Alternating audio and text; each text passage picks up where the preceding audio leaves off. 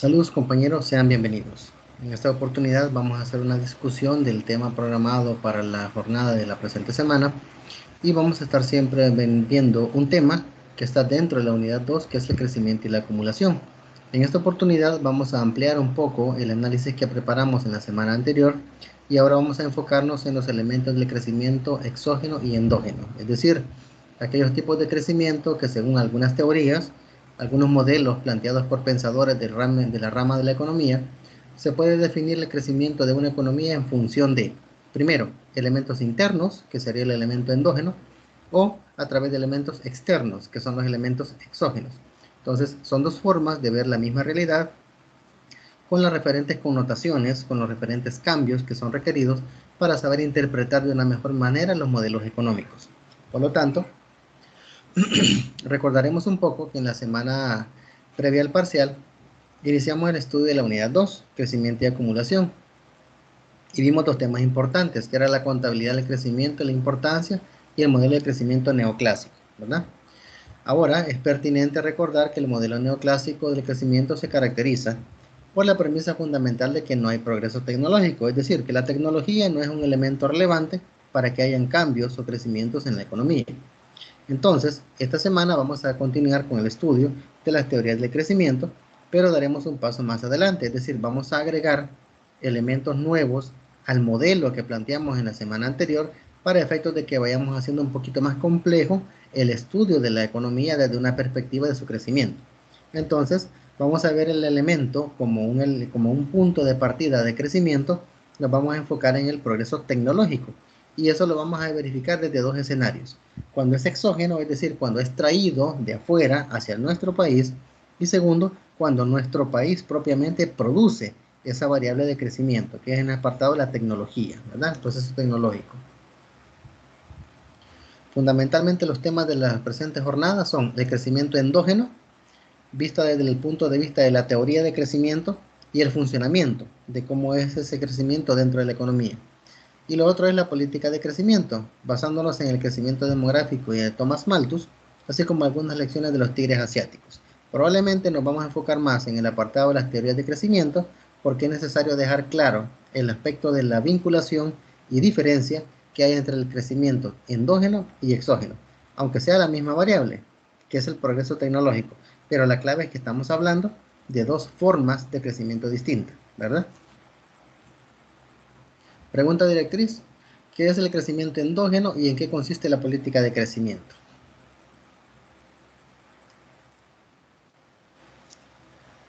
En todos los modelos económicos, precisamente por la premisa de ser modelos, es decir, abstracciones de una realidad que es mucho más compleja, podemos encontrarnos dos clases de variables.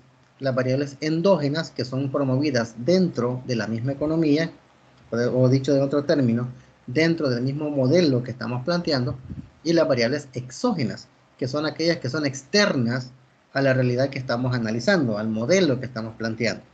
Sin embargo, por el efecto teórico de cómo opera la realidad, en base a lo que se definen en los modelos, podemos contar con los dos tipos de variables, endógena y exógena.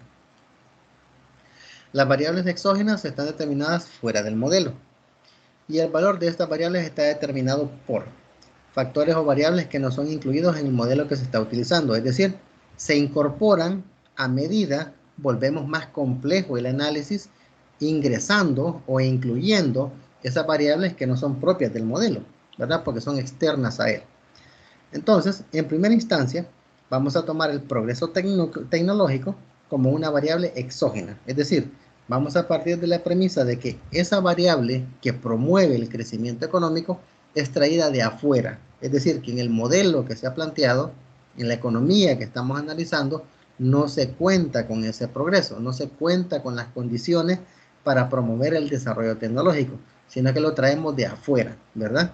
Talento, condiciones, recursos, etcétera, son traídos de afuera para que la economía empiece a vivir, a sentir el efecto de esa variable.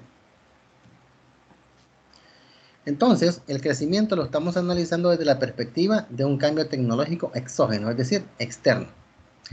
En la clase anterior se estableció que el incremento de A sobre A igual a 0 como simplificación para entender el comportamiento en estado estable. Es decir, que no existía un crecimiento o variabilidad porque el efecto neto era cero, es decir, no había crecimiento como tal. Entonces, eso eliminó la parte del crecimiento a largo plazo de la teoría del crecimiento.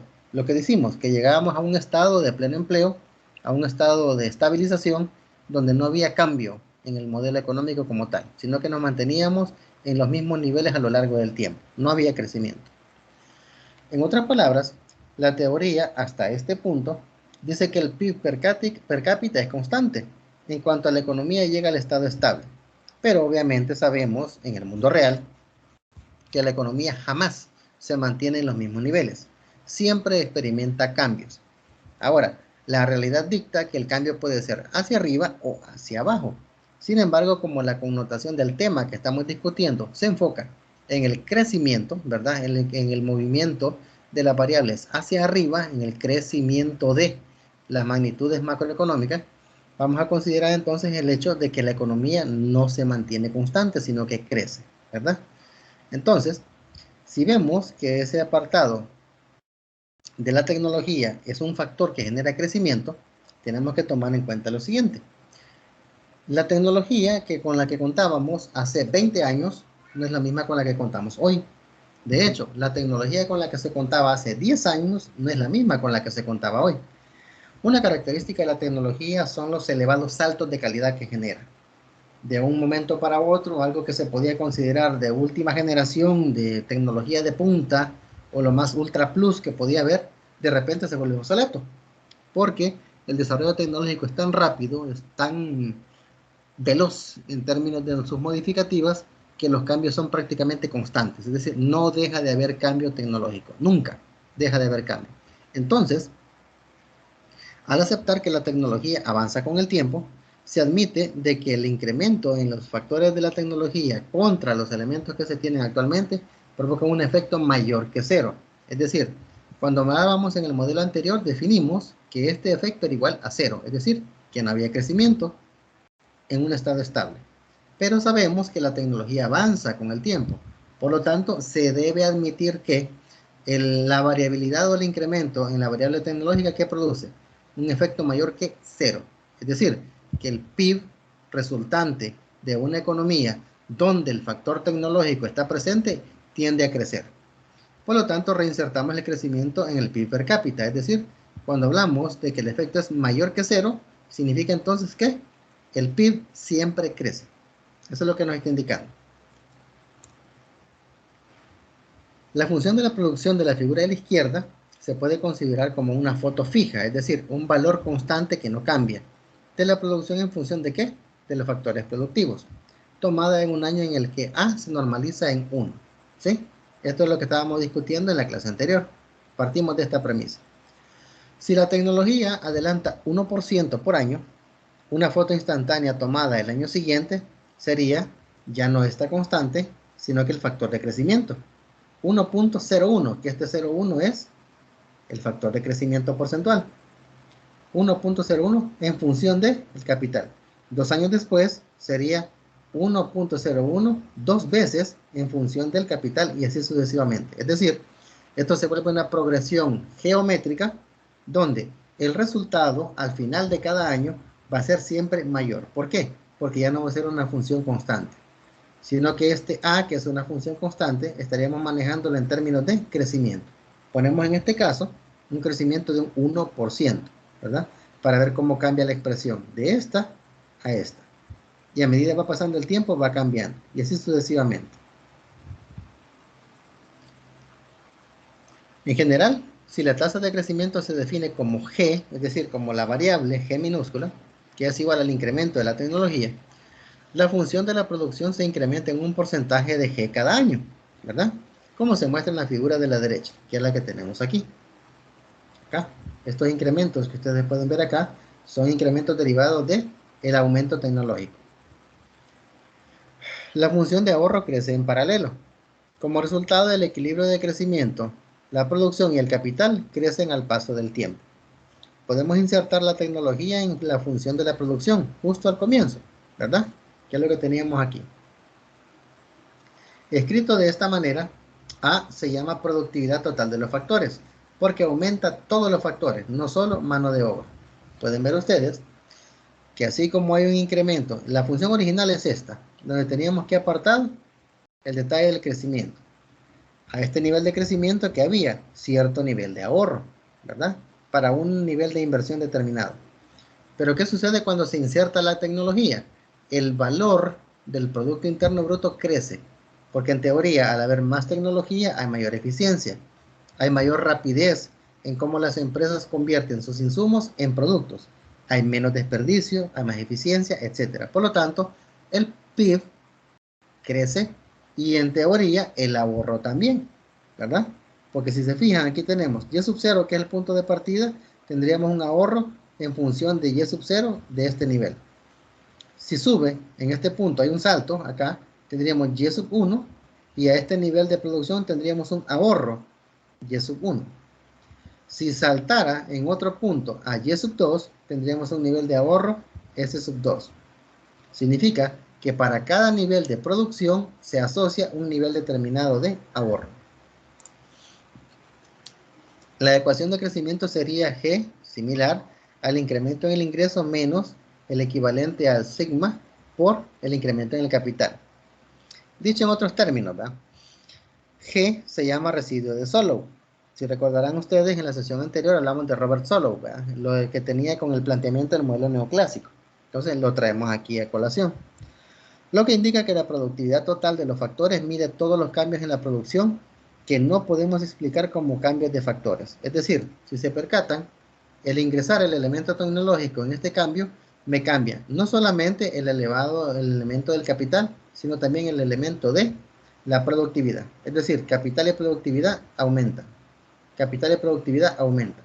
Y a cada incremento de capital y productividad se asocia un nivel de ahorro.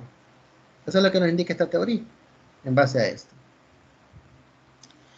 Ahora cambiamos un poco el enfoque y en vez de hablar del crecimiento de la economía producto del cambio tecnológico exógeno, es decir, que es traído de afuera, ahora vamos a darle otra connotación.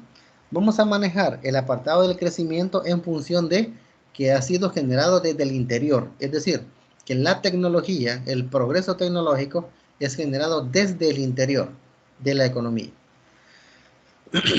En países de vanguardia tecnológica, entiéndase, Japón, China, Corea del Sur, Estados Unidos, etc., el avance del conocimiento es un determinante crucial del crecimiento. Es decir, los mismos países generan las condiciones ideales para que su mano de obra se cualifique, se desarrolle en términos de creación de conocimiento. Entonces, se recalca, ¿no? Países de vanguardia tecnológica. O sea, no solamente que sean economías fuertes, sino que sean países que tengan esta particularidad, vanguardia tecnológica. Veamos entonces cómo la tecnología se vuelve tan vital cuando se considera una variable endógena, es decir, interna. En ese sentido, Paul Romer y Robert Lucas se deben mucho de las primeras elaboraciones de este concepto. Tenemos en el primer apartado a Paul Romer, un economista norteamericano, galardonado en el año 2018 con el Premio Nobel de Economía, producto de las teorías que tenían que ver con el crecimiento, basándose en el apartado de la tecnología a nivel interna, y el otro es Robert Lucas, que también es norteamericano, galardonado en 1995 con el Premio Nobel, por estudios que él hizo respecto a los efectos que tenían elementos endógenos de una economía en su crecimiento.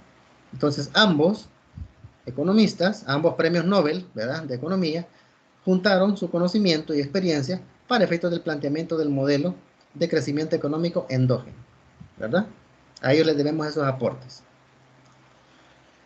La teoría neoclásica del crecimiento, ¿verdad?, que es la que definimos en la clase anterior mediante el postulado de Robert Solow, dominó el pensamiento económico durante 3 décadas, porque explica muy bien mucho de lo que observamos en el mundo y el porqué de sus matemáticas elegantes. Pero o sea, eran unos planteamientos muy concretos, eran unos planteamientos muy elaborados y a la gente le fascinó, ¿verdad?, cómo se miraba eso. Sin embargo, a finales de los 80, había aumentado la insatisfacción respecto a la teoría, tanto en aspecto teórico como empírico. Es decir, los postulados teóricos que a principios de los años 50 fueron considerados sólidos, empezaron a tambalear, empezaron a ser débiles a medida la evidencia empírica demostraba que no eran del todo ciertos, ¿sí? Entonces, en la década de los 80 empezó a cuestionarse la conveniencia de la utilización de la teoría neoclásica. Entonces, es de recordar que la teoría neoclásica atribuye el crecimiento a largo plazo al progreso tecnológico, pero deja sin explicar los determinantes económicos de ese progreso. Es decir, una cosa es hablar de tecnología, ¿verdad? Como variable que produce crecimiento económico, y otra muy distinta es qué determinantes económicos definen el progreso derivado de la tecnología. Es decir, la tecnología deja de ser un objetivo y se convierte en un medio, y ese medio provoca otros resultados. Esos resultados en la teoría neoclásica no estaban considerados, mientras que en los postulados de Romer y Lucas sí se consideraban. Por eso es que el enfoque del análisis del crecimiento endógeno cambió en ese momento. La teoría del crecimiento endógeno destaca varias oportunidades de crecimiento del capital físico y de conocimientos. Es decir, aborda dos elementos que en la teoría neoclásica no se consideraban de esa forma. En el modelo endógeno se caracteriza por el hecho de que estamos hablando de capital físico, entiéndase, dinero, infraestructura, propiedad, plantilla, equipo, activos, etcétera, ¿verdad? Ese es uno. Y lo otro es el capital de conocimiento. El conocimiento que es la formación técnica, la preparación especializada que puede tener la mano de obra de un país. Entonces, partiendo de la premisa que el país tiene condiciones para formar su gente, esos aspectos no estaban considerados en el modelo neoclásico, mientras que en este otro sí, en el modelo endógeno. Entonces, hay rendimientos marginales decrecientes, pero ¿acaso no es eso lo que sucede? Es decir, a medida que el progreso tecnológico empieza a hacer que todas las variables macroeconómicas mejoren y suban, va a llegar un momento en el que los incrementos esperados de esas variables macroeconómicas van a ser cada vez menores en función del sacrificio o esfuerzo económico que requiere el cambio que se está haciendo. Por ejemplo, si en algún momento la economía se invierte un 1% en la mejora tecnológica, puede derivar que en algún momento se obtenga un 5% de crecimiento en la economía. Y así puede pasar mucho tiempo, pero va a llegar un punto, por la misma teoría de rendimientos decrecientes, que ese mismo 1% de crecimiento tecnológico ya no me va a dar un 5% de crecimiento, puede que me dé un 3%. ¿Sigue creciendo? Sí, pero es menos. Puede que en algún momento el 1% en el incremento tecnológico me derive un 1% de crecimiento en la economía.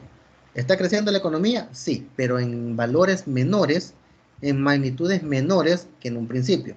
Así opera la teoría de rendimientos decrecientes. Entonces, la idea de que aumentar la inversión en conocimiento incrementa el crecimiento es clave para vincular tasas de ahorro más elevadas a mayores tasas de crecimiento de equilibrio. La solución de los problemas teórico-prácticos de la teoría neoclásica estriba en modificar la función de la producción de manera que permita un crecimiento autosostenido, que es lo que promueve el modelo endógeno, el modelo de crecimiento que estamos viendo en esta oportunidad. En el presente gráfico se reproduce el diagrama básico de crecimiento de Solow de la clase anterior, ¿verdad? Donde teníamos el valor de la inversión, teníamos la función de producción y entre la producción y la inversión teníamos un cierto nivel de ahorro. Esto es lo que habíamos visto en la clase anterior. Ustedes recordarán que se llega al estado estacionario en el punto C, que es este de aquí, el punto C, donde se cruzan las líneas de ahorro y el requisito de la inversión, ¿sí? Punto estacionario. Ahora, ¿cómo sabemos que este proceso al final se detiene? Es decir, llega al estado estacionario, porque aquí estamos incluyendo ya el apartado del incremento derivado del desarrollo tecnológico. Veamos entonces. Si comparamos la función anterior con la que tenemos a la derecha, es decir, si comparamos esta función, que es el modelo de Solow, contra esta, ¿verdad? Puede verse la forma en la que cambia la supuesta función de producción para mostrar un producto marginal constante per cápita. La función de la producción, como la curva del ahorro paralela, ahora es recta, es decir, inversión, el ahorro, que es parábola, y la producción, que es parábola, ahora son distintas. Producción se mantiene constante, siempre como una recta, ¿verdad? A mayor capital por persona, mayor nivel de producción. Eso es lo que se entiende. Mayor capital por persona, mayor producción por persona. Pero la curva del ahorro ya no es paralela, sino que es recta. Igual la curva de la producción es recta, ya no es parabólica. Entonces, la teoría del crecimiento indica que la curva del ahorro ya no sea plana. En todo momento el ahorro es mayor que la inversión requerida. Si se fijan, aquí tenemos un apartado de que el ahorro es alto en ciertos niveles, después hay un punto de inflexión a partir del cual empieza a caer, hay un punto de corte entre la inversión, que es el modelo donde estamos hablando del apartado del estado estacionario, y de ahí la inversión es mayor que el ahorro, ¿verdad? Según el modelo de Solow. Pero en el modelo de crecimiento neoclásico eso no sucede. En el modelo de crecimiento endógeno eso no sucede. ¿Por qué? Porque el ahorro siempre se espera que sea mayor que la inversión.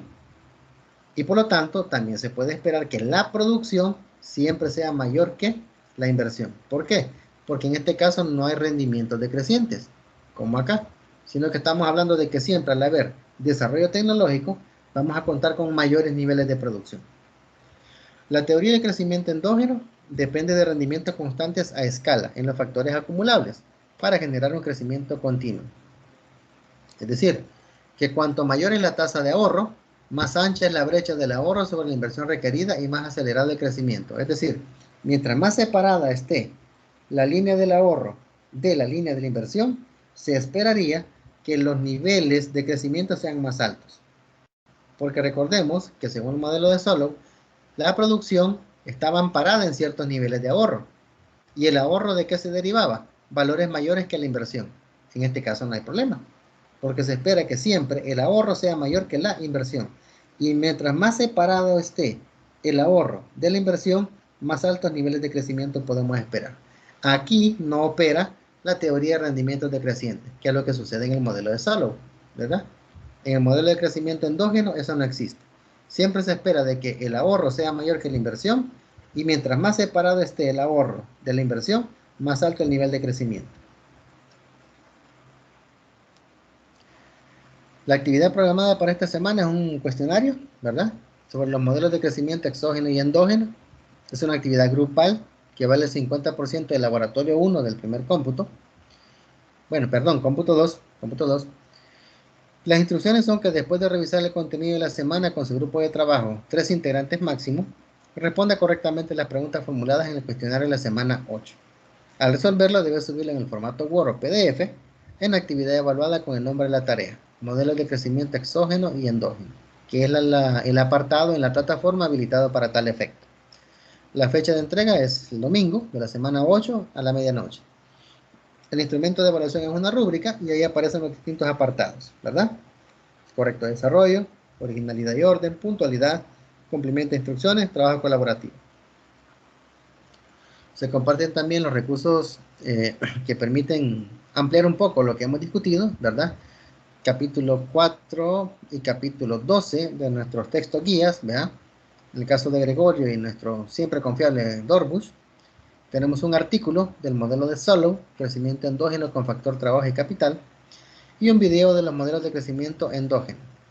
En ese aspecto tenemos el video por acá para que lo puedan revisar, para efectos de que tengan un marco de referencia un poco más amplio para poder contestar el cuestionario.